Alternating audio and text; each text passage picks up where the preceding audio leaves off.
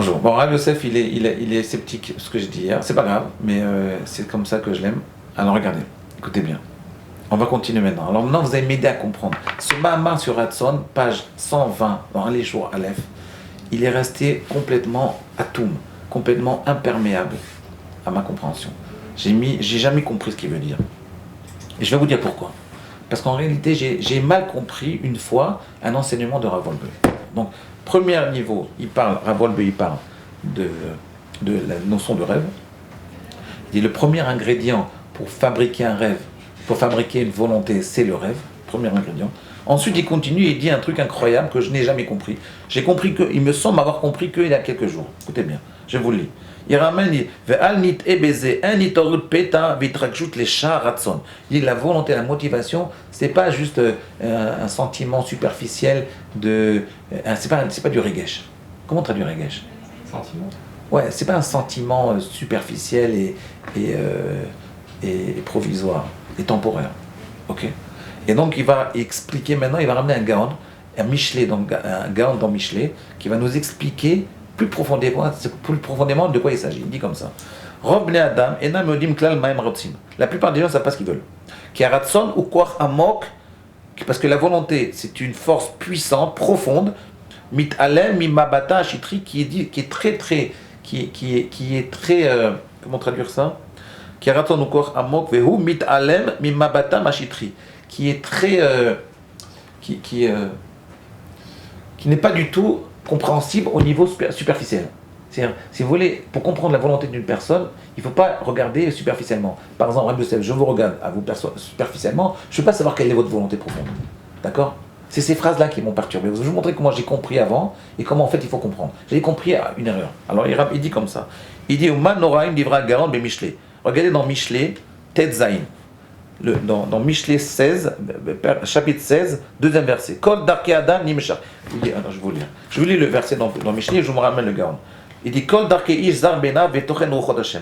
Kol darke ish zar be'enav. Tous les chemins de l'homme, ils sont purs à ses yeux. Vetochen ruchot Hashem. Et Dieu, il sait de quoi il s'agit. Tochen ruchot Hashem, je traduis les mots. Mais en réalité, Dieu, quand quelqu'un, regardez, par exemple, vous faites une mitzvah.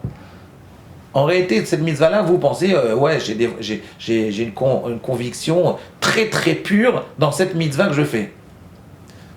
Parce que chacun il pense que quand il fait quelque chose, il est pur dans ce qu'il fait. Zach ve'achar be'inav. Mais en réalité, Tochen uchot Hashem, Dieu seul sait quelles sont ses intentions vraiment profondes. Ah, ça le verset, qu'est-ce qu'il a besoin de raconter ça? Pourquoi il nous dit ça?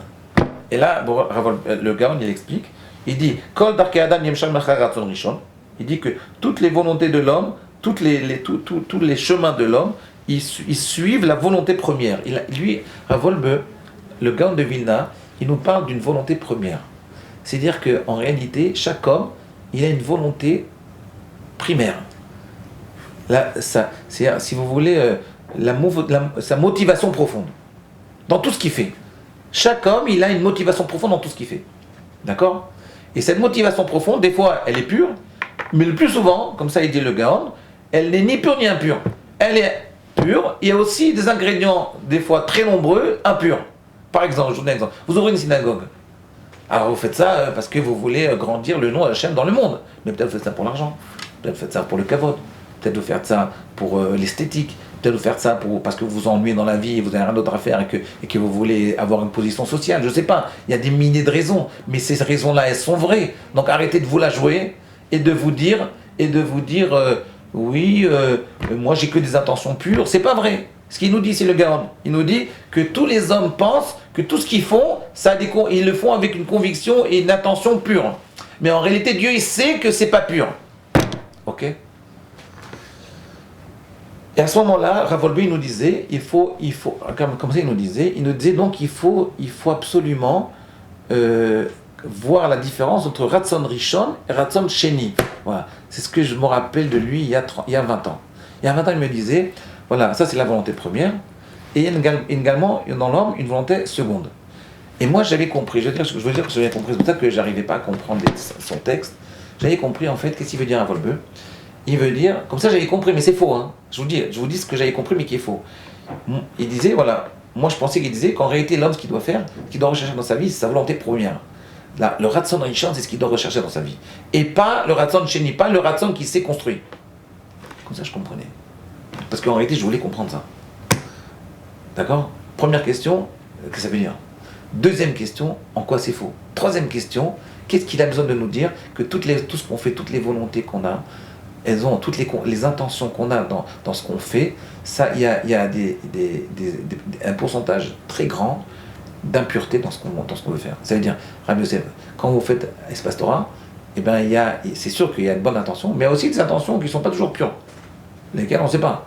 Mais dans tout ce que je fais, moi je vais à l'Yeshiva, pas que pour faire grandir les élèves, parce que j'aime bien éduquer et que je veux faire grandir le nom d'Hachem dans le monde. Il y a aussi des intentions impures. Impures, ça veut dire l'argent, le kavod, enfin tout ce que vous voulez. Okay. Qu'est-ce qu'il y a besoin de nous dire ça? Ben oui, ok, même si c'est vrai alors.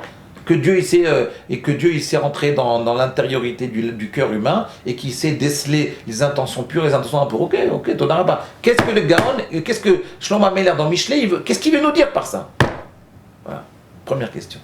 Donc je sais pas. Deuxième question, je reviens à la première question que j'avais posée avant, c'est qu'est-ce qu'il veut dire ici que c'est quoi Ratson Rishon et c'est quoi Ratson Sheni? Voilà, deux questions. C'est quoi Ratson Rishon et Ratson Sheni? Bon, ok. Vous avez une idée? Pourquoi il nous raconte ça, Ravolver? On continue demain? Demain.